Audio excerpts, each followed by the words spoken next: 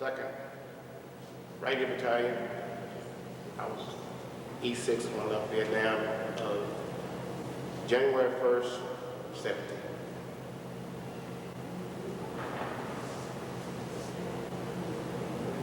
Yes, sir. My name is Booker T. Morgan. I served in the United States Army. I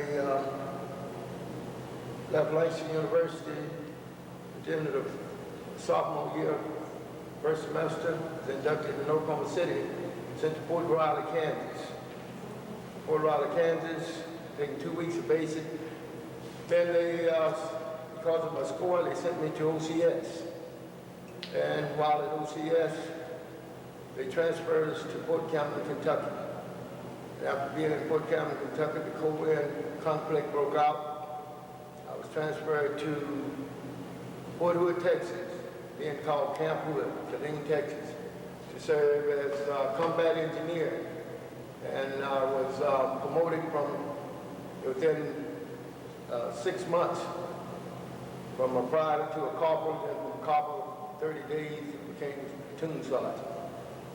And I was transferred to Camp Stoneman, California, where we went overseas. From there to detached to the 10th Corps Marine Division, and was involved in the invasion of Incheon and the building of the Camp Yongdong-Po airstrip, 12 miles east of Incheon on the way to Busan.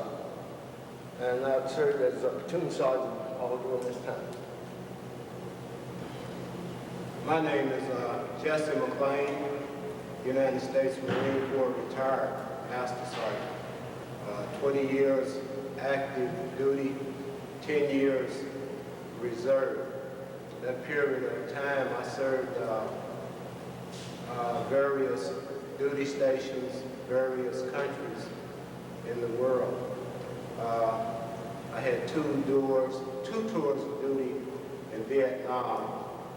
I served as a drill instructor, and my last tour of duty, I served with the United States Army. As a matter of fact, I was the Marine Corps rep with the United States Army, and I retired in 1976. I'm Sergeant Major Gene Campbell, retired. Entered the Army in 1952 and retired 1 August 1979. And been at Guthrie High School, JROTC instructor from 2nd of August 1979 until present. I served one tour in Vietnam, and I'm a master parachutist. I stayed with the 82nd Airborne for approximately 10 years, and served in numerous overseas assignments, Korea twice, Vietnam, Alaska, Germany twice, and one tour in Okinawa. My name is James H. Davis. I served also in the United States Army during the years 1950 through 53. And I served in the Korean conflict. And while there, I served as combat engineer, and then the artilleryman.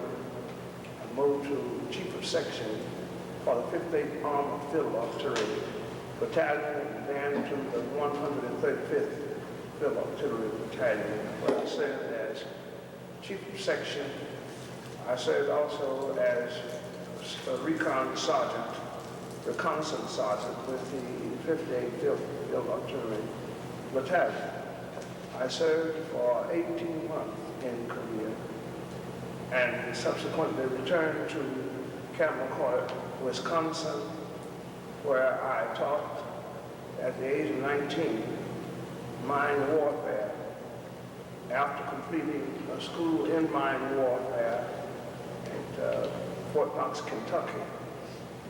After the mine warfare school, I was entered into the chemical, biological, and radiological warfare program, where I was listed as an expert in chemical, biological, and radiological warfare. I moved from Camp McCoy, Wisconsin to Fort Campbell, Kentucky where I was attached to the military police.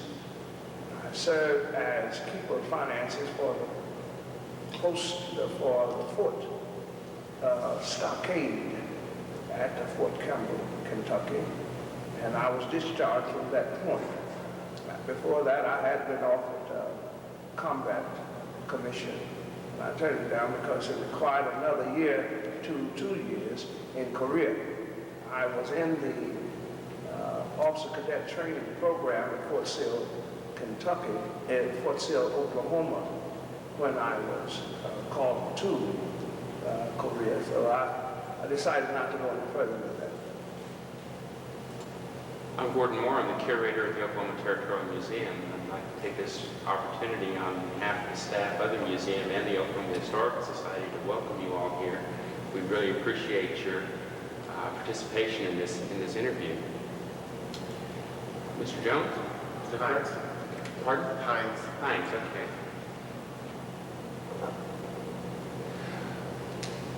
Were you a volunteer or were you drafted? I was drafted, but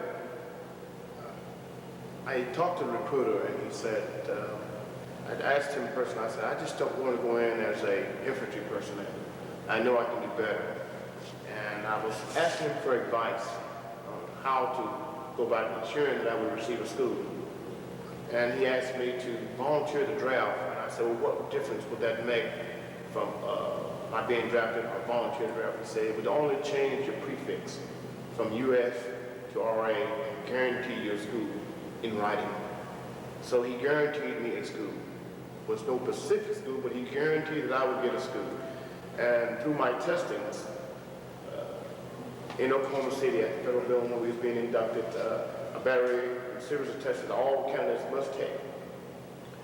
At the time, I didn't know that I maxed out. There were several of us that completely maxed out on the first battery of tests. We were ushered into another room. There we received another battery of tests to try to find out what field they could put us in. And I qualified for 3 fields, missiles, chemical warfare, and heavy engineering. After going through basic at Louisiana, we call it Fort Puke. And then came graduation to go to our advanced individual training. I found out that I qualified for these 3 fields. And they gave me a choice. So naturally, I was thinking, I said, well, what could I use when I return home? I said, engineering seemed real good, equipment. So I said, well, I like to have engineers. He said, you can't have it. I began to get confused. You give me a choice, but then you tell me I can't have it. I said, well, what about missiles? You can't have it. So I said, well, Sergeant, why did you just say I have to go to chemical warfare? I left Louisiana and went to Fort McCall, Alabama, at Anniston, in George Wallace's backyard. And during that time, as far as I'm concerned, it wasn't safe to be black inside. I thought, because I had lived a pretty sheltered life in Oklahoma, where that I personally, I didn't receive discrimination, but I knew it. I heard so much about the South, and I was terrified. But when I got to the South, I found out that it was all wrong. What I saw on TV wasn't what I actually experienced. I finished my advanced individual class, number 2 out of 750 in the class, and was approached by another officer, which I found out was a recruiting officer, but officer candidate student. The first 5 of the class was automatically singled out to go into officer candidate student. So I turned it down because he explained to me that with my 2 years, I'd have to take an additional 3 years, and I said 3 and 2 is 5, no way. But he was supposed to tell me 1 more additional year. My tour in the service was overall was good, because it was in defense of my country. This is my country. There are those who say it is not my country, but this is my country, and I feel that I am American. Mr. Morgan, were you drafted or were you volunteer? Well, at first, 1945, I was drafted. And coming from the eastern part of Oklahoma from here, primarily farming area, my brothers 5 other brothers, and my father was a minister. We were farmers. Primarily, father being from Mississippi, he was a cotton farmer. But none of us liked cotton, all 6 boys. So we went into the peanut farm business. Therefore, I was deferred and worked on the farm for 2 years. Then being the second oldest, I turned it over to my other brothers. And we were doing a very productive farm business. Because at the time we had 3 tractors and 2 peanut thrashers. So Not only were we working for our own self, we were working throughout the county and the community. So in 45, rather than being inducted, you were deferred. I was deferred. Now, that's why I said when I left, after the 2 years, after probably turning the farming over to my other 4 brothers, we'd go to school mostly in the day and work at night because of the modernization of tractor. Got rid of the horse mules. And I was at Lynch University, as I said, in 1949. 48, I went back to school, completed 1 year, 1 semester, and then I received a notice to report to the induction board in Oklahoma City.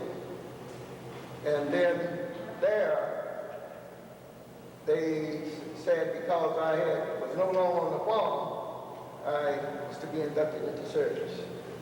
So I had an option, a choice, to go back to the farm, take 2 years, and before that, we back up here, they gave us a battery of tests. And on the test, I was the highest because I said most of the students were high school students, but I guess because I've had a year and a half in college, I tested 190 out of possible 225. And that's when he said, you should go to OCS. Your office will tell you qualified, we can use you. Here again, he showed me where I could make more money in the Army than I could by being there on the farm, plus the fact I'd have GI Bill of Rights once I came in. I was without service. So I signed for 2 years. But after signing for the 2 years, in order for me to complete the OCS training and receive a commission in Port Riley, Kansas, I had to have a year and a half added. And sometime I regret I didn't continue because I still had to do a year and a half, which is called a Truman year. I had a career in the conflict. I got caught up in it, but that's what it was. You asked me, was it drafted? And that's the way it came about. First I was drafted, then I got the furlough, then I went back. I kind of like Brother Heinz, compromised with the recruiter and decided to go on and go to OCS. But after I got there, things was a little different. This was at Port Riley, Kansas. The place they had us in was Camp Function down in the valley, because they also had the horses, cavalry up to the north there on the Camp Fort side. But nevertheless, it was enjoyable. It was an experience I couldn't have gotten nowhere else. And I just decided, once I was there, to make the best out of what I could. And the reason why I left OCS was at that time I was a pretty good athlete. I could run, track, basketball, and football. So one of the commanding officers, who was from West Point, and he was the coach, he said, well, I'll come out and play football. So I was put in special service, and I stayed in special service until the Korean conflict. So I was, that's why I did for 2 weeks of basic training, no guard, no KP, because I was special service, and all we did was play football, entertain the other students. While I was in OCS, they sent me to Fort Slogan, New York, Armed Force Information School. There again, because of my high test score, and I became and received the Information and Education Certificate from the Armed Forces School in Port Slogan, New York. And that's out in New Rochelle, northern part of the state. And that, up until the Korean time, I was either in special service, a Korean War, I was either in special service and information education officer, where I had to inform the office each week in the various companies in the battalion as to what situation, warfare, current events, news, and keep them up to date. We had many students in there who, like I said, were high school students, could not even read or write. I could learn them how to write letters home to the mothers, to the fathers. That was my job while I was in there. So that's, again, why I enjoyed it. Especially no KP and no God. Mr. McClain, were you drafted or were you a volunteer? I was a volunteer. All Marines are volunteers, is that right? Most Marines are volunteers. During the 60s, I believe some Marines were drafted, but the majority of the Marines, yeah, they're volunteers. I hadn't went to college, and I had a couple of jobs, menial jobs. And at that time, working in factories, thinking about a retirement age when I talked to older guys that I was working with. At that time, it seemed like a lifetime away to work to a Social Security age and get a small pension. So taking that into consideration, I volunteered and went into the Marine Corps in 1956. Sergeant Campbell? I volunteered also, and I was at a draft age. Of course, I was working. I moved from Oklahoma, originally from Wewoka, Oklahoma. I was moved from there and was working in California, but being known I was at draft age, and I couldn't get nothing stable, and I couldn't plan my life. And I guess the main reason I volunteered because of the background of my family. I had 4 brothers who were drafted in World War II, and that kind of gave me a military background, so I volunteered and went into service and enjoyed it. Mr. Davis? Yes, I too was a volunteer. I volunteered for the specific purpose of discipline. I wanted to be, I lost my dad when I was 13, 47. I thought it would be a good thing to do, to grow up with a sense of discipline and direction. And so therefore I joined the Army with the approval of my mother at 17 in Tulsa, Oklahoma. And I too went, as did Mr. Morgan, to Fort Riley, Kansas, and did my basic training somewhere in the hills of Camp Funston and Forsyth and Fort Riley.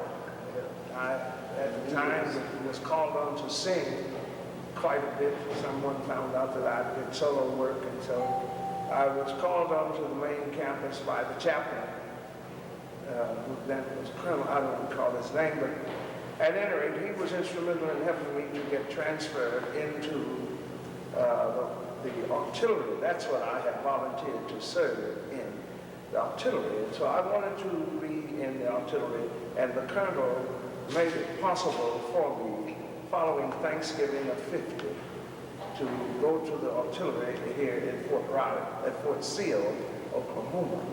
And I enjoyed it. We had ups and downs in the Army, but I enjoyed pretty much the educational growth. So you were at Riley in early November of 50? I was in Riley in July of 50. And I stayed there through September, October of 50. No, through November of 50. It was during that time that you asked the question about, how was it, you know, black and white. Well, this was the rough time. And I found myself at one occasion as the only black in an entire outfit.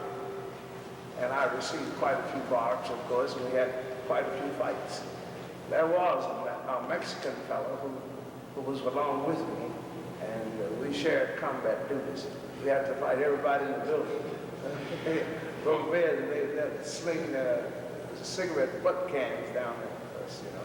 But I got out of there and through singing, and the colonel saw that I was transferred to Fort Riley, Kansas. At that particular time, I was not allowed in to see the captain, the man in charge of the company. I could not get past the sergeant. He said, well, no one called for you. And usually they would attach some little expletive, you know. But that was okay. I just kept believing I would get out of it. And that was an actual occurrence in Fort Riley, Kansas. While you were stationed at Riley, my father was stationed there in the 10th Division and was married the first week of November of 1950 at one of the... At the chaplain. At Fort Riley. Probably was He was there. a mortar officer. Oh. It's very possible that I knew of him because I was there and I did most of the singing at the main chapel. Maybe that you sang in his opinion. And if you did, I appreciate it. I do too. I'm glad to meet you. What was your relationship with other men in your unit? Did you feel that you had a good relationship, or did you feel that that you had a difficult relationship with other enlisted men in your own unit? Are you speaking about basic training or overall? Overall, generally, basic training, especially because that would be, for many of you, it'd be the first instance where not only would be blacks be integrated into white units, but whites would have to accept blacks in their units. Well, I had kind of a stormy, very stormy basic training because I was an athlete, for one thing, and top of physical fitness, school service support board. I got into, my training company was E42. I was in the 2nd platoon. We had designated squad leaders that suspended duties and things for us to do when the sergeants told them to. I was, like I said, an athlete, and when we had our morning runs and our PT, well, they couldn't keep up with me. Running a mile wasn't anything for me. I just got through running 4 miles a day for basketball and baseball, so running 1 mile a day wasn't anything. And immediately, there was some resentment from my white counterparts. And I remember one distinctive individual being a squad leader in my billets. He was from Kentucky, and he smoked, and amongst other things. And whenever we come back off that 1 mile run, my platoon sergeant said a man from his platoon, whoever could get out in front, everyone that had to follow him. I was like a deer.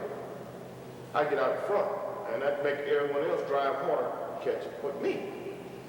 And so my sergeant enjoyed that. But then this one individual, he did not. And he proceeded to do all kinds of dirty things to try to provoke me. Well, I was always taught by Mom and Dad, words can't hurt you, just as long as they don't put their hands on you. Well, there was always one word that would hurt me, that is if you would demean my mother. And one night I was downstairs, I stepped upstairs in the 2-story billets. I was downstairs with a friend I made from New Orleans, named George Duplessis. And George and I liked to play cards, played a game called Tunk. We was playing, and so we were playing for a dollar hand, just a friendly game. And at that particular moment, I had drew 3 aces, 2 deuces, which was called a pat hand in Tunk. It couldn't be me, but you try to either get the lowest hand or Tunk out. And I'm sitting on the straddle of George's bunk, and we all enjoyed it, and someone cut the lights out, and George thought he had me beat. He raised his voice, and this one particular squad leader, he jumped in my face and said, I know that's you, and you know better than that, this was an error. I said, I didn't say a word. He said, I'm going to whoop you tonight. I said, no. I said, first of all, George, you can't beat me. And I laid my hand down. I picked my money up and started off his bunk to go upstairs. He grabbed me on the shoulders, turned around, I looked at him, and I said, you don't want to do that. And then I started on upstairs, and he said, well, your mama is a dog. And I couldn't take it. I turned and started back down the stairs, because I knew I was going to do what I had to. And at the time I got to the opposite foot of the stairs, well, the CQ, which was our sergeant, came through the door because he saw the lights go out before time. CQ is commander's quarters? Yes. And George, Charge. And so when he got there, I was about ready to proceed to take matters in my own hand. And he said, if you fight in my billets, you got to fight me. I looked at him. I said, well, I don't really feel like tackling him tonight. He said, but you can go outside, and I won't see a thing. So that's all this white guy needed, man. He jumped out there, snatched off his shirt, and he was calling me all kinds of magic ends and jumping up and down. And I said, well, Lord, you know, I don't want to do this, but I must. So I got out there, and there's a lot of sand there. And I had on thorns, little shower shoes. And he made at me, and I ducked, and I noticed right there, and I didn't have any footing. So I jumped over a little ditch. And to kick the thorns off, and his friend started saying, well, the nigga's running. Get him. I said, Lord, help me, give me strength. And I danced right on back around to him. He was making all these haymakers. I hit him one time. I broke his nose and his jaw. And he was hospitalized, had to be recycled. Even from his hospital bed, he sent his henchmen to get me. Let me know that his father was a member of the clans in Kentucky. So his henchmen tried. I ended up putting another man in the hospital. So my company commander took actions against me. He told me I was at fault, even though I was right, I was at fault. I was on the armed guard from that point on. I had to sleep in the arms room on the cot. I was marched to and fro to the latrine, mess hall, and armed guard for merely protecting myself, for merely doing what my country was teaching me to do to other people. Well, when I left there, that was all right. I got to Alabama, the same thing happened. I had to fight some more. I was fighting so and recycling people that they called my mother home at home and asked my mother, said, do your son have a mental problem?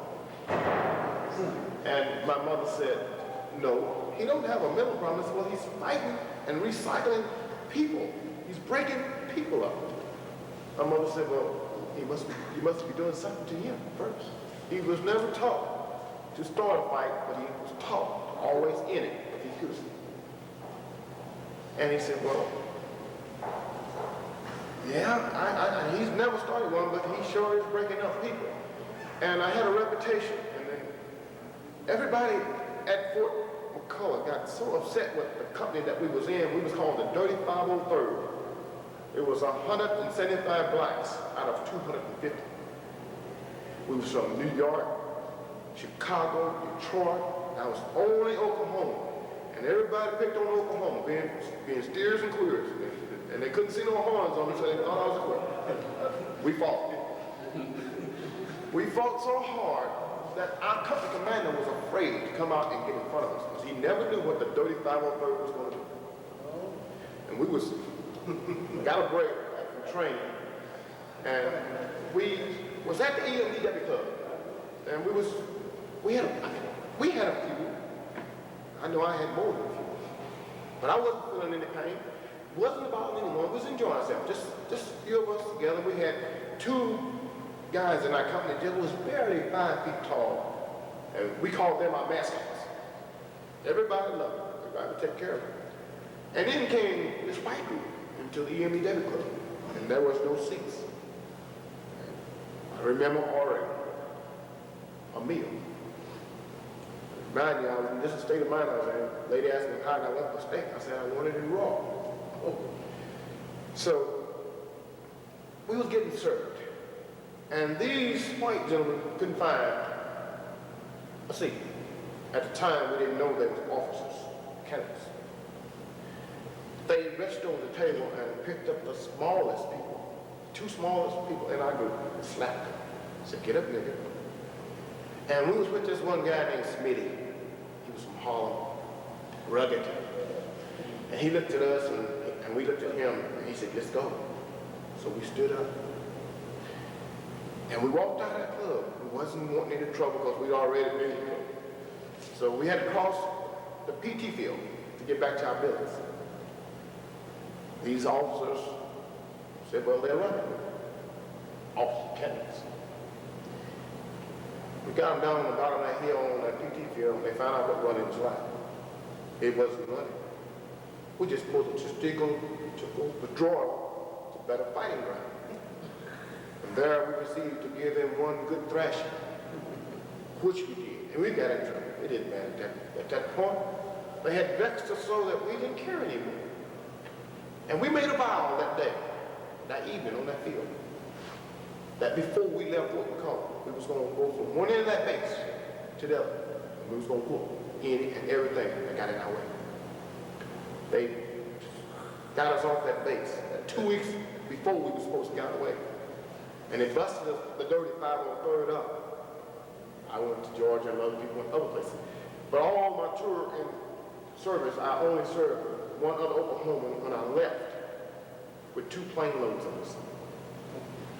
And the other Oklahoman didn't make it out of basics because he shot our first lieutenant. He tried to kill him because Lieutenant picked on Oklahomans. And Holly was an Indian, and he had a dislike for English for some reason. He just picked on him. And I did everything I could to protect him, but I couldn't. And it was just something that you have self-preservation. And that we were victimized for striking back. Because if you strike back, you're the bad person. But if you submitted and took all the ridicule, you my good boy. And we was not bad. Mr. McClain, in your position as a master sergeant and as a drill sergeant, did you find that you had to break up conflicts between enlisted men in your units where there were racial undertones? Did you have to do that quite often, or did you feel that it was more a personality clash than anything on a higher scale? I'd like to elaborate briefly on coming into the Marine Corps, where it differs so much from the Army. When you come into the Marine Corps, into your basic training, you're under the supervision of a drill instructor 24 hours a day for 8, 12, 16 weeks, depending on what your training cycle may be. Prior to a drill instructor or a team of drill instructors picking you up and actually starting your basic training, you're put into what is called a receiving area, trying to build a series, which is 4 platoons. And as a platoon is formed, about 72 people, then they'll start releasing these platoons to the drill instructor. From the moment you get off of that airplane, train, or plane, your life becomes so difficult. You don't have the opportunity to fight or dislike anybody, because you got 3 people that's watching you, one of them 24 hours a day, that you honestly believe nobody in the world knows these people even exist. And if anybody in the world could ever see them, they'd come and liberate you from their control. So you didn't have any freedom to go to clubs or stroll around any place unsupervised. They put you in the bed, and to get up to go to the restroom is called a head call. You had to request permission to get up to make a head call. Nobody, black or white, did not get out of that bed and go strolling around. They told you when to get up, and everybody got up. And everybody did exactly the same thing. And then you start getting segregated into squads. And they didn't care if you were a track star or went to college or what your previous occupations may be. The people who displayed the greater amount amount of military barrier would become squad leaders, and the top guy would become a platoon leader. And these squads would be segregated off, and this would become your family. Each time you had some free time, you were given, in most cases, academic, military subject to learn. So if you had 5 minutes, the drill instructor would tell you, grab your handbook and read a page or a chapter. And when he came back, he would start marching in front of you, asking you questions for what he had asked you to read. So this created a bond. Now, I'm not about to say everybody liked me, and I didn't like everybody.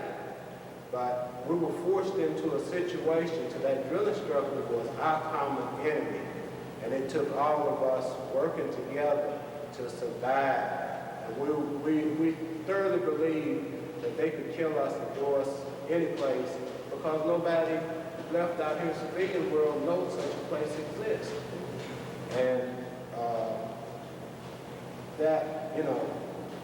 that phase of it, we learned to work together.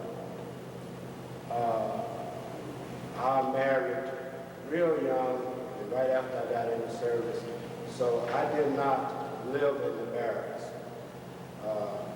other than my actual training or if I was someplace in school.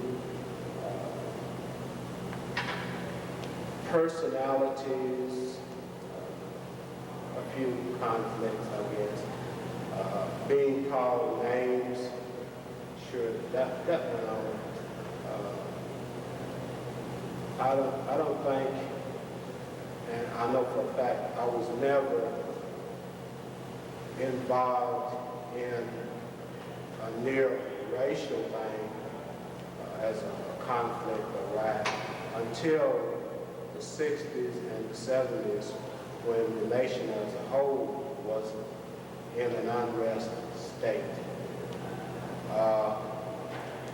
We had the racial unrest state going on in the United States, plus we had the Vietnam War going on. So it cut down our training cycle from which might have been a 12 or 16-week phase, was cut back to an 8-week phase.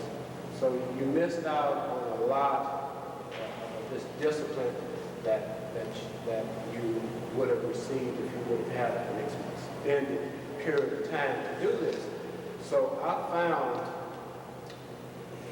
I got off of the drill field and I went to Vietnam again.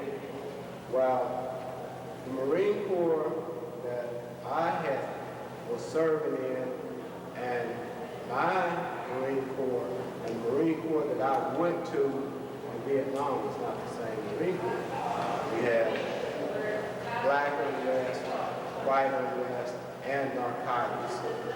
And not only did you have to contend with Vietnamese, you had to contend with racial unrest and narcotics. So, Let's change the subject somewhat here. Heinz, would you describe, did you see combat? Yes, it did. Matter of fact, the whole time I was in Vietnam, I was in combat. Very few times did we ever not have to be in a combat situation. Combat is something that is terrible, at least for me, speaking from my own personal experience. There wasn't a time that I wasn't afraid that I was going to lose my life at any time. So it was a 24-hour situation. It's a 24-hour situation, and trying to get close to people that you serve with or over, you become a family. You cry together, play the little playtime you get together. You share letters. If I didn't receive one from home, my buddy might receive one. He let me read his home letter and vice versa. I always try to get close to my men being a sergeant in charge of a platoon. I wanted to know that every cylinder in the engine that I was controlling worked properly. I wanted to know if an individual within my squad had a toothache. I wanted to know if everything was at home, because I felt that if he was distorted in some way, something was distracting him, that he couldn't perform his duty at that time. And I wanted to be able to protect him and protect myself by leaving him at the rear.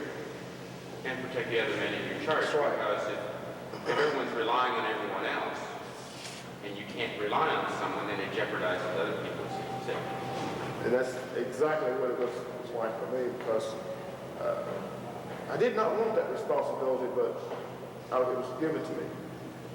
And when you got the lives of other young men, matter of fact, men that I was over, some of them was older than I, yet I was there as the platoon leader. And some of the decisions that were made were life-threatening decisions that I would have to make. And you want to be able to make the best decision, and you want to be able to get the instantaneous response from your men. A lot of times, you couldn't verbally give a command. You had to be able to keep his hands in it. And you had to maintain sharpness. And sometimes individuals will be able to feel what you're thinking and react to it.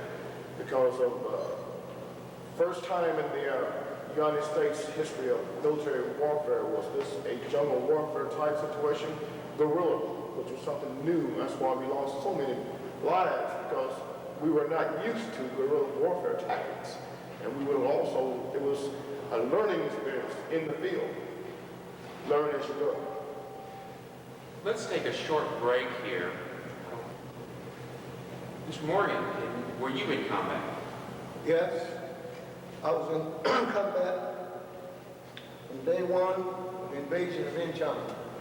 We set out on the port at Incheon. It's about, well, they said estimated to be about 2 miles out. You see the soldiers, the civilians, or whatever was happening around the seashore. But we sat there for 3 days. The shelling and PT boats sending the engineers and infantry ashore. Some would make it in, some wouldn't make it in. I know the first boat that I was on, we were started in, we got right at the bank, and we hit a mine. And there, again, is where I found out what it really meant to care for your fellow man, whether he was white or black. There were many that went under. Many was blown to bits. There was one black soldier, who was a corporal, and one white soldier was a corporal. They were my squad leaders. I was a platoon sergeant. And the only way that we were able to make it back to the main boat was to help one another. I would go under and they'd pull me aboard and just float with me. Jim would go under and we'd pull him aboard and float. And from that day forward, it meant something to have a buddy, a friend, someone to carry. And from after the third day, we went in by night and was able to take the shore of Incheon. We thought we might get in, get a hot meal, and get rest. A lot of men were seasick. But the moment we hit the shore, they called up for the combat engineers. We had to clear the roadway in a mile, for 12 miles to the Incheon, Yeongdongpo Airport. And the moment that we got to the airport, the engineers, combat engineers, had to build landing strips and airstrips in order to take off to go up to the front line. The front line then was going up to Sewell, the main 38 parallel line. Here again, it was, it's hard to explain because there were so many men that would be sent to you that you didn't know. Some of the men you didn't even get a chance to know. But somehow or another, if he was a soldier in uniform, a United States soldier in uniform, he had a concern in the field to do the right thing. And for some reason or some way and somehow, 3 o'clock on the third day that we were building the airstrip in Incheon,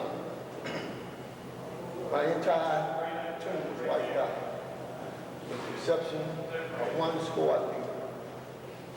And it's amazing the way things happened that morning at 3 o'clock. We were ambushed. And I can remember a little short, dirty, it was cold, snowy. Chinese red soldiers, because it wasn't North Korean, it was Chinese red. 2 of them had guns, 3 of them. The other one had what I call, looked like a paddle to a boat. But they surrounded myself and my squad leader.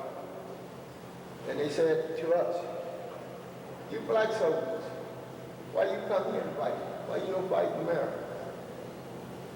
And then we were shaking, trembling. So one Barbarian came along and said, "Kali Kali." And when he said Kali Kali, I looked over. He was telling me to bring us on. Then one said, "Sheba Sheba," that means hurry. And when we hurried over there were 3 white soldiers. Then they said, "Are you all Christians?" This is what the little captain said. "You all Christians?" And I said, "Yeah, I'm a Christian." He asked me to pray. I prayed. Then he said, "You got a Bible?" I said, "Yeah, I got a little red Bible." He can ask the others. There were 3 white and 1 black. I had a red Bible, the black soldier had a green Bible. These little small pocket size. The white soldier didn't have a Bible. They said, "They no good. Take them away." Where they carry them, I don't know. I've never seen them again. But they took our Bibles and they said, "You're free to go." We didn't know where to go. 3 o'clock in the morning. We didn't know whether we were going to be ambushed or not. So the little captain came up and said, "I'll take you down to the river." And the river, down to the river, upon John River. He said, "Y'all supposed to be coming, some of your enforcement supposed to be coming up." And so you just go down there and lay down on the banks of the river. And you may be able to make an escape. Some of your boats may come by, or some of your soldiers pick you up. That was my first taste of combat.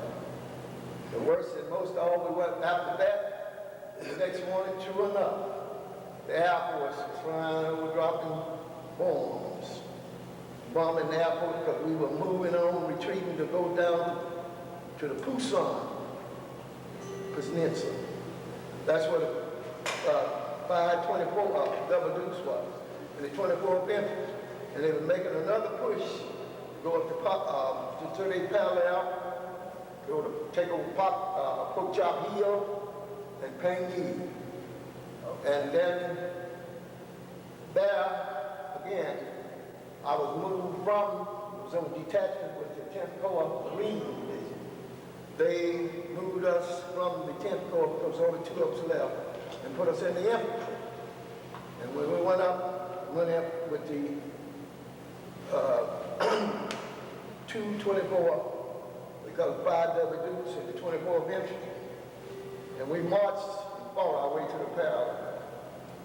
Then after we fought our way to Parallel, we took over Pork Chop Hill. We got trapped in the Chosen Frozen Reservoir, 33 degrees below zero, nothing but snow. We slept in pure snow. That's the only way we keep my body warm. And if you raise up, you're subject to touch your nose, or you're subject to drop off. It was horrible. It was terrible.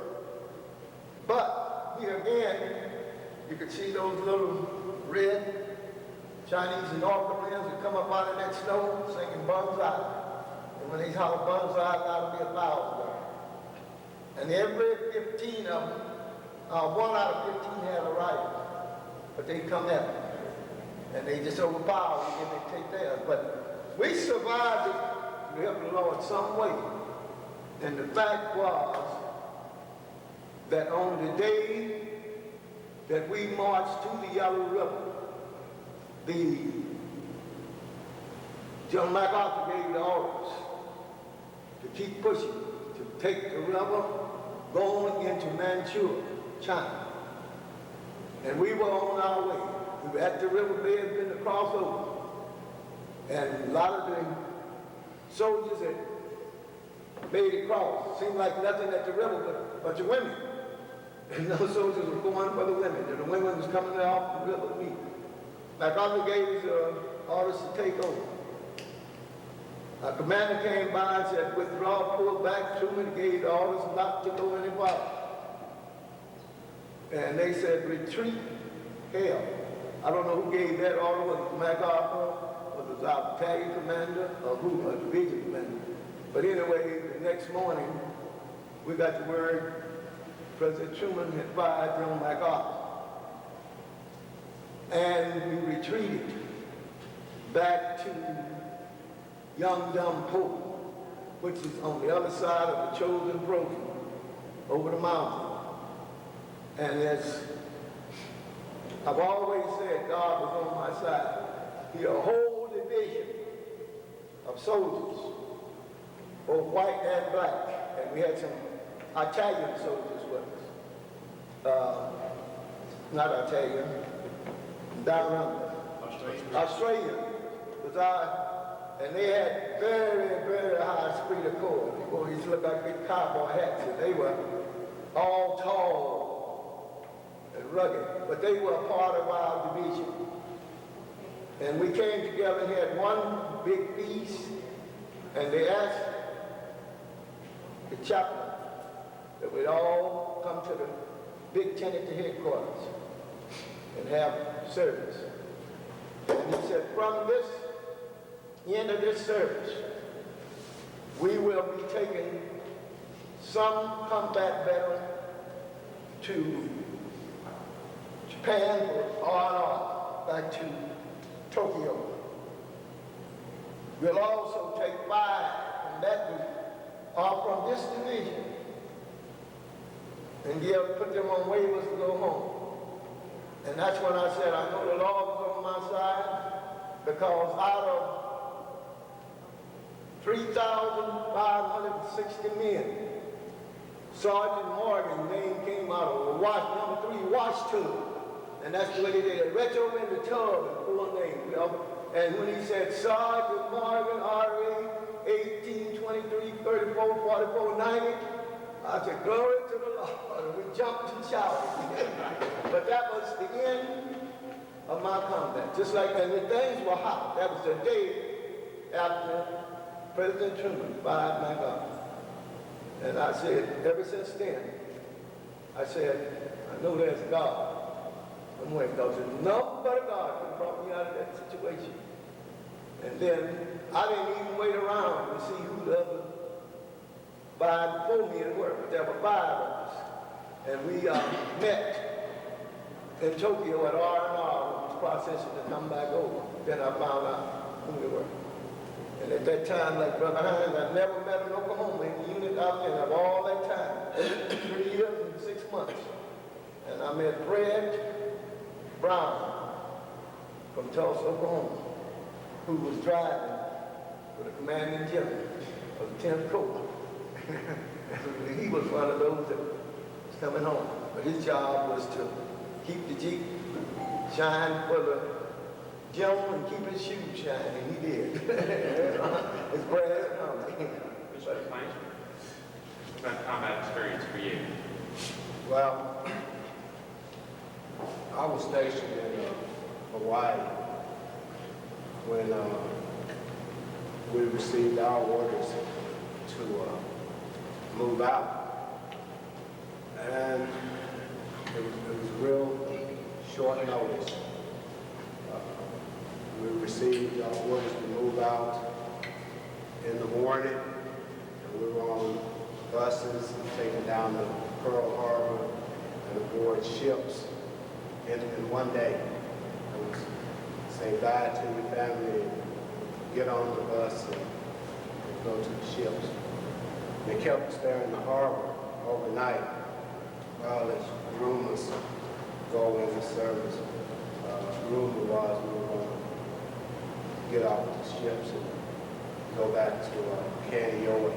That's where we were at, Canyon Bay. But we didn't. We floated around out from Pearl Harbor for, I don't know, 2 or 3 days. As long as we could see land, we felt fairly confident that it was going to turn into, these guys call them maneuvers, we call them problems. Well, it's our combat training, right? So we call it maneuvers, Marine Corps call them problems. It's basically the same thing. We figured we'd float around out there for a few days and have a problem and assault the beach and go back to Hawaii. We floated around for about a month. We wound up in Okinawa. We were hastily taken off the ships and quarantined aboard a camp. They wouldn't let us leave. What was actually taking place, they had put Marines in an area there in Vietnam, and I guess most of them had gotten wiped out. What the results, what happened to this unit that they stuck in there was going to determine what would happen to us in regards to going to Vietnam or staying there in Okinawa or going back to Hawaii. Unfortunately, that unit got wiped out. They put us on the ships, and we were their replacements going to Vietnam. And we floated around several days, and early one morning, before daylight, we could see the flickering lights off the shores of South Vietnam. And we had our services, and still rumors were going on that we weren't going in. And once they started issuing live ammo, we started thinking, man, we're going in. We came in to the shores. The Hueys left the carriers and started scraping the decks, the beach out in front of us there. And this is time to get concerned. They lowered the nets over the side of the ships like in the John Wayne movie. We sailed up and over the side of the ship and went into the small landing craft boats and we assaulted the beach. But this time, we weren't firing blanks, we had live ammo, and we assaulted the beach. Met a small resistance, and we moved inland, July, across Highway 1, I think both sides of the village of Monton. We moved into the mountain area and we set up. And we stayed there a little while and we got some prisoners, we interrogated them. And then our mission was to provide the security for the CDs as they built that airstrip there in July. And that's what we did. We had, it was a brigade, 3 battalions, and 3 battalions we surrounded the airstrip and provided security for the CDs. At that particular tour, it was only a few times that we really get involved with a sustained firefight like you see on the movie in the Second World War where they shoot it out for a long period of time. There were occasions we walked into ambushes and we did have a long shootout. But normally we would get hit at night. as I think about it now, I don't think it was every night, but then it felt like every night. Night was the fear of your life, at least mine. I dreaded when night came, and the full of the moon was better because you could see a little bit, but when it was no moon, it was pitch dark, then, you know, you died 1,000 deaths waiting for the sun to rise again. It rained a lot. We wore these hooded rain covers, and the rain would hit the leaves of the trees. It would sound like elephants tromping through the bushes. You know, you get hit. You hear one of your friends scream out, "I've been hit." It was a horrible situation. You never forget. You start having things that you start to believe. One of my big fears was I was going to get shot in the head. I went around for a couple of months. I was going to get shot in the head. And I believe I heard once about life jackets and helmets, and we wore the life jackets and the helmets, and we would conceal ourselves in our foxholes and fighting positions. That was, I'll say, if you want to say normal, that was normal. Sitting there in a fighting position, waiting for snipers or a small unit to creep up and attack me and beat him out after that. Maybe the head norm would be going out, sweeping the areas to see if there was any BC or VC sympathizers or supporters near your position to clear that area. So we would go out so many clicks from our actual area and sweep the area. You start receiving incoming fire from supposedly friendly villages. We sweep those areas. I spent 13 months of that. Campbell, did you make a combat jump in Vietnam? No, I did not. It was one unit that made it, but I did not make a combat jump. I was in combat, or I guess my unit, I went over the entire unit like Marine Sergeant here. I was at Fort Sill in Artillery when President Johnson made his announcement, I guess it was in June of '65, that was going to increase the support for South Vietnam. And I got sent over to a unit, and was 5 of us transferred from Fort Sill to Fort Bliss, Texas, to fill up our artillery unit, in my particular MOS. I was the far direction chief at that time. And we went there and trained for 30 days, desert training for 30 days, although they stamped the orders, confidential assignment, but we kind of figured out where we was going.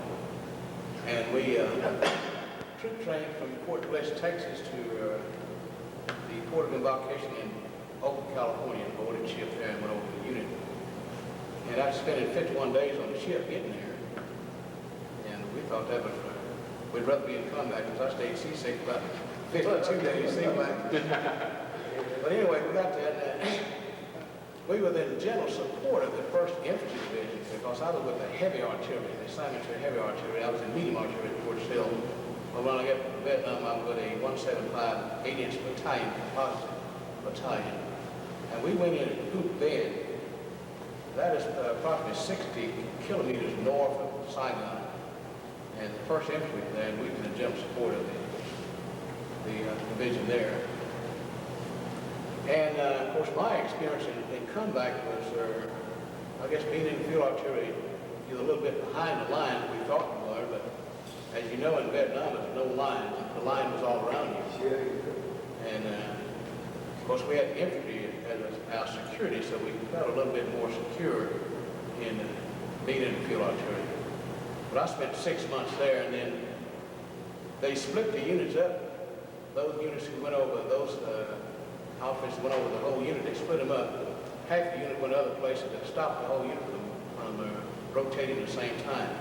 So I got sent back to Benoit at the 2 Field Forces headquarters, and I worked as the intelligence sergeant in the 2 Field Forces headquarters for my last 6 months, which was a good assignment that I thought. I seen a lot of men didn't come back, and I feel really blessed because I didn't even get hit one time in the 12 months I was there. Some close call, but I never was wounded during my whole comeback experience. And I, like the gentleman, one gentleman says, he knows the God somewhere. I know it's God somewhere because I didn't even get hit. I've seen many men who didn't come back. I feel really fortunate about that. I guess I owe my life and dedication to those who gave it all for the freedom of this country. Mr. Davis, did you see combat? Oh yes, I saw combat. My close range view of combat was as a reconnaissance sergeant. And we walked through minefields and called in fire. We walked, well, as a matter of fact, we went 3 to 4 miles into enemy territory, behind enemy lines. And at that time, I was with a lieutenant who was a sort of greenhorn. We call greenhorn the lieutenants who would come in with the book learning. Second lieutenants, and trying to make first lieutenants in combat and trying to exercise some of their book learning. And he really got us into a bad situation. In as much as we ended up in 3 to 4 miles behind enemy lines, with me as a recon sergeant, relatively new at it, and 2 men under my command. I was under the lieutenant's command, and the lieutenant went off with the 65th Infantry Regiment from Puerto Rico. They decided they did not want to stay where we were holding at the time overnight, and they ventured off into another direction. The lieutenant went along with them and left us there. And he told us that he would return. And so at dusk dark, he was not there. And so we had to, by God's grace, find our way back. I've always been a praying person. And I come out of a Christian background. And, I was enjoying combat until that situation occurred. I was enjoying it because in 41, December 7th of 41, I was outside with my mother, and when I heard the guy screaming, extra, extra, read all about it, Japanese bomb for a home. And that really caught my attention. I said, Mother, I want to see what they really do in combat. And so I was enjoying, that's why I said I was enjoying being there. I don't enjoy seeing people killed, but I wanted to see what happens, really. I didn't know, but all of it was just as bad as they said. I found that out. But at any rate, by God's grace, after prayer,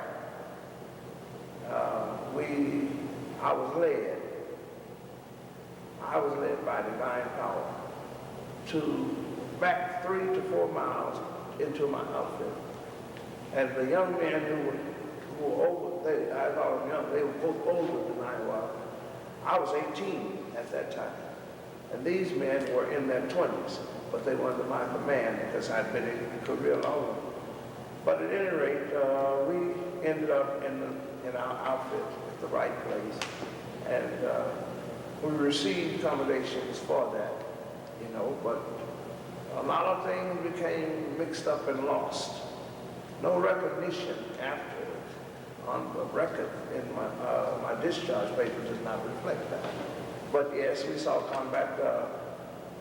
Another time as we fired, I know that as the sergeant major retired said that, normally the artillery stays in a safe zone, in a safety zone.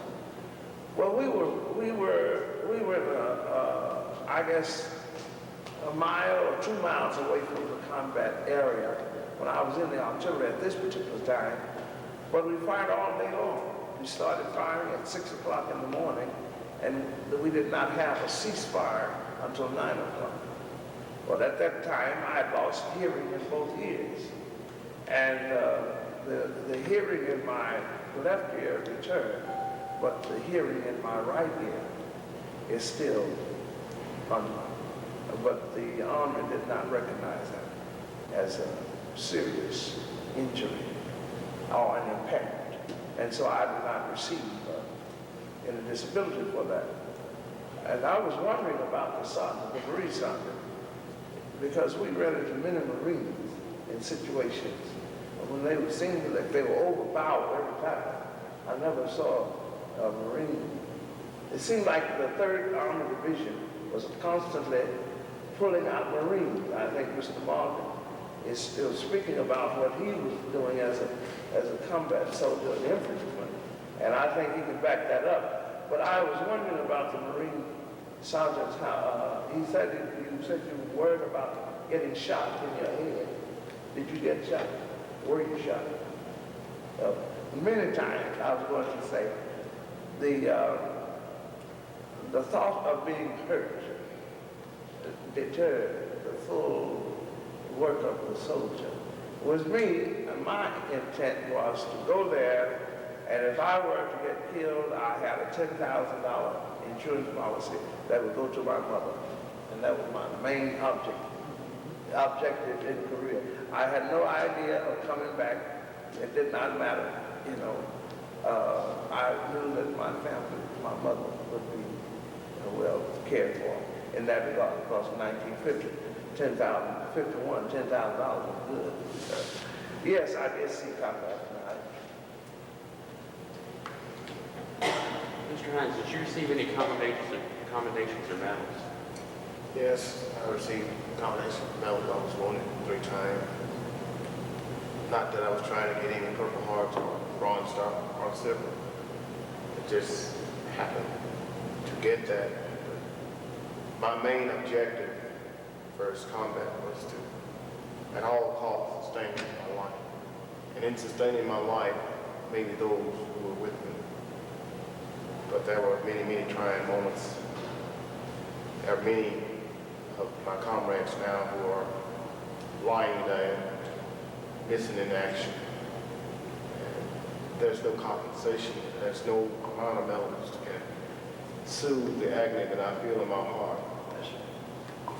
For I know there are alive veterans in Vietnam. We knew this. Our country knows this. But it's a shameful thing to me when our country won't even try to retrieve it. That's right. It's one thing to ask young men for the call of liberty. We left these shores with our head held high, chest stuck out. We've gone for America, democracy, to free other people. As soon as my time was expended in Vietnam, I felt that Lady Liberty that stands in the harbor of New York with her torch held high. I felt she turned her torch out. She turned her back. She bombed the ship that I was supposed to come back home. She destroyed everything that I had built up first returning home. I felt more comfortable in the jungle. When I returned home, and my plane landed at Oakland, I went immediately to board the next one and go back, because America was not the America I left. It was not the America that I was brainwashed into believing that I must die for. But America and all her faults, indifference, shortcoming, still the best country. And I am an American, and if we were to have an all-out war today and not a skirmish, because we knew of the training that we had and the equipment, technology, mere 16 hours of fighting, we could walk from one end of the country to the next. Yeah. But when you have politicians and people at home fighting a war for those who are in the trenches, then you're going to lose lives, because no war can be fought from a rocket ship. That's right. You can't train me to be the best, then put handcuffs and shackles on me and tell me to go fight. When the politicians and the public get involved in combat situations, tell the sergeant and all of us who serve in combat how to fight, then you're going to lose many lives unnecessarily. I say those who protested should have went for merely 1 8-hour trip. And then their minds would have been changed. But one thing about America, as soon as they get a young man in uniform and put a number on him, he ceased to be human. He's just a number. He can be replaced. But they forget that we are in uniform, but we have human feelings too, and we want to live just as bad as you sitting in your rocking chair watching TV. You didn't have to live through the nightmare like I do. I have to live through it. You take it as, so what? That's the price you pay. But the price of freedom comes high. And the aftermath is even higher. As I said earlier, the Vietnam veteran, which I am proud of being a Vietnam veteran. A Vietnam veteran seems to be the really only veteran that I can communicate with, because we all have a common bond. We went there. We went to the Garden of Heaven. By the grace of God, I was able to return, but I still feel for those that couldn't. Would you consider yourself a hero? No. I just did what I thought would have helped my country to spread liberty and democracy to those who were oppressed, those who didn't have the freedoms that I was ensured and enjoying. But few they were, I still had more freedoms than they did. What about the rest of you? Would you consider yourselves heroes? I would. You would, a hero, and in what context? That's right. I was going to say, what context are you referring to? Well, As a hero. I guess it's the popular image that we have of American heroes, the John Wayne type of figure that you did what you did and you're proud that you did it and you look back on yourself for what you did, and given an opportunity you would do it again in probably the same manner that you did it before. I cannot be proud of taking a human life. I cannot be proud of the destruction that we rendered. But I was placed in a kill or be killed situation. I cannot be proud of taking a life. I cannot be proud of taking something that I cannot return. I was only trying to preserve. And if I could have done that without taking a single life, I would have. So therefore, I do not think my part doing my duty to my country or to my fellow man, an act of kindness, is something to be proud of. Be heroic, beat my chest, stick it out. I don't feel proud. I feel ashamed of the things that I did to protect my life, to hold the American flag up for what I believed in. I cannot take the honor of that. I cannot. If I can elaborate briefly, I think probably where my situation, and possibly the Sergeant Major, by the time we went into combat, we had been in the service long enough to have made a decision. At this point in time, we were professional soldiers, at least myself. I believed in, and I still believe in, the American way. No country greater than the United States. Give me liberty or give me death. I'm the full supporter of that. As being the South Vietnamese being an ally to the United States, and the United States was rendering aid, economical and military. And after seeing the atrocities that the North Vietnamese did to the South Vietnamese and Americans and French and anybody else who they had the opportunity to that opposed their desire to dominate and dictate the entire country. I am proud. I was proud then. I am proud now that I went, and I will go back again.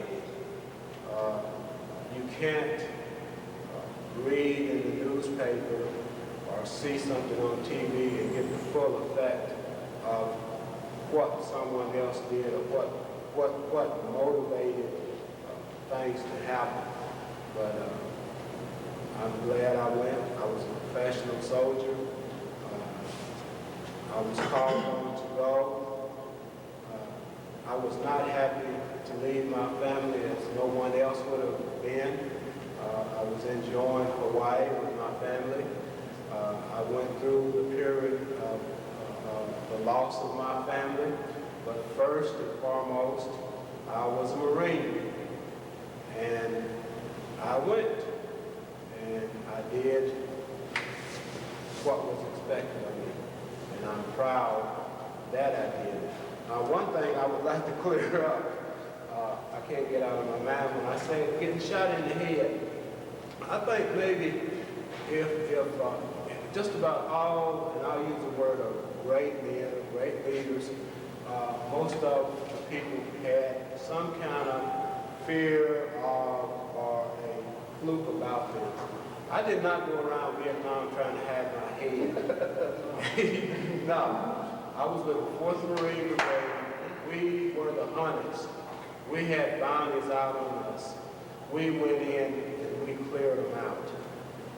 And I was a platoon sergeant. I was a squad leader. And I took my platoon in. I did not have my head. However, at one period of time before that, I thought, I had this feeling, I don't mind getting shot any place, but I don't want to get shot in the head. That's, that was a feeling that I had at a period of time. I didn't mind getting shot. I didn't even think I was going to get shot. And I always had the comfort of knowing when I went down, a Marine was going to bring me out, or nobody came out. We all survived, or we all bit the dirt. We never left anybody. I don't care black or white. That was a solemn oath to the core. You go in, we'll bring you out. Your remains, or won't any of us come out. And then the Marine Corps come in later on and get you. That happened to be. So I didn't run around afraid, but I still, at a period of time, I thought, man, I don't want to get shot in the head. A hero, is that a hero? I'm proud I did what I did. I will do it again. And I thank most of the other guys. Mr. Heinz, Mr. Morgan, Mr. McClain, Sergeant Campbell, Mr. Davis, thank you very much for sharing with us. Leave it running up there. Thank you very much for sharing with us your experiences in the military. We hope that you'll have another opportunity to share your experiences with other people. I want to let you all know how much I appreciate that you came to the museum. I want you to know how much I appreciate the sacrifices you all made, both for yourself, your families, your country. And if you never hear it from anyone else, thank you very much for serving. Thank you. Thank you.